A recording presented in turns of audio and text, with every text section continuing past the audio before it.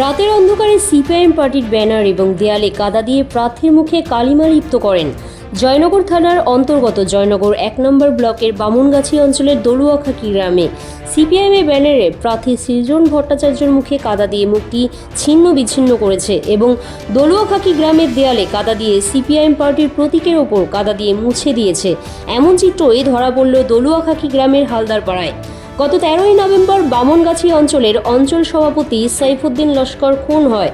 সাইফুদ্দিন লস্করের স্মরণ সভায় উপস্থিত হয়ে মরিশহর মতিলাল হাই স্কুলের মাঠে বারুইপুর পূর্বের বিধায়ক বিভাস সর্দার প্রকাশ্যে বলেছিলেন, আমার বন্ধু সাইফুদ্দিন লস্করকে সিপিআইএম পার্টি খুন করেছে।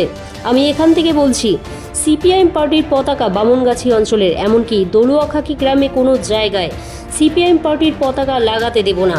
তারই কি প্রমাণ এই দলুয়াখাকি গ্রামের হালদারপাড়ায় এবং দলুয়াখাকি ঢালিপাড়ায় সিপিআইএম পার্টির ব্যানারে ও সিপিআইএম পার্টির লেখা দেয়ালে কাদা দিয়ে সিপিআইএম পার্টির প্রার্থীর মুখে নেপে দিয়েছে। এ থেকে প্রমাণ হয় বারুইপুর পূর্বের বিধায়ক বিভাস সর্দার যে বক্তব্য দিয়েছেন তারই প্রমাণ দলুয়াখাকি গ্রামে দেখা গেল।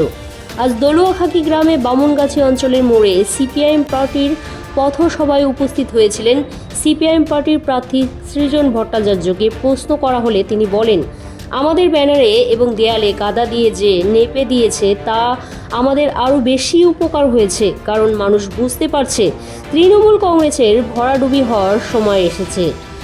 আমাদের কাদা দিয়ে নেপে দিক না কেন, মানুষ তাদের ভুল বুঝতে পারছে। তিনি দাবি করেন, যারা মানুষের পাশে সুখ দুঃখে সবসময় থাকবে তাদেরকে আপনারা তাকেই ভোট দেবেন। তিনি দাবি করেন সিপিআইএম পার্টি সদা সর্বদা মানুষের পাশে থাকে এবং থাকবে। তিনি দাবি করেন সিপিআইএম পার্টিকে সমর্থন করার জন্য অনুরোধ করেন। আমার এছাড়া অন্য কিছু বলার ভাষা নেই। এই করে সিপিএম কে মানুষের মন থেকে মুছবে? যাদের নিজেদের গায়ে কালি ঝুলি লেগে আছে তারা নিজেদের জামা থেকে একটুখানি কালি হাতে করে লাগিয়ে সিপিএম এর প্রতীকে লাগাতে চাইছে।